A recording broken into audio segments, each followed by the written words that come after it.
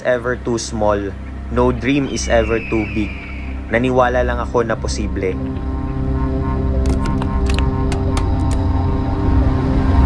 Kung tutuusin, pwedeng maging hadlang na bata pa ako. Mahiyain, walang bilib sa sarili, at takot sa sasabihin ng ibang tao. Akala ko kapag pinanganak kang mahirap, mamamatay ka na mahirap.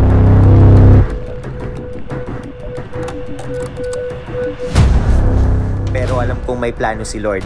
Sabi nga, don't be afraid to dream big, for dreams have the power to turn impossibilities into reality.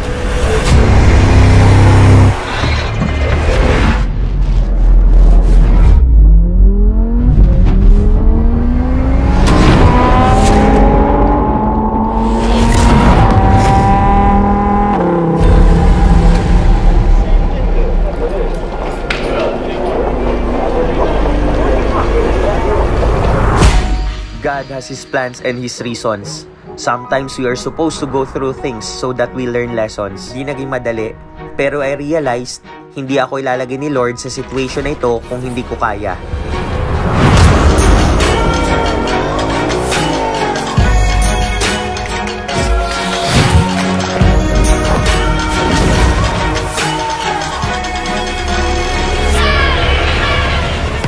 What's more, it's not about the success or what has been achieved, but rather in who will become in the process. Kaya huwag ka matakot to dream big.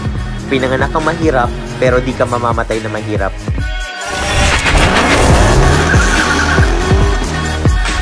Dreaming big makes you find your calling, your legacy, and God's divine plan for your life. God is able to turn the impossible to possible.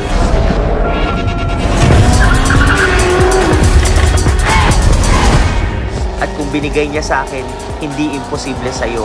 Dream big because we have a big God.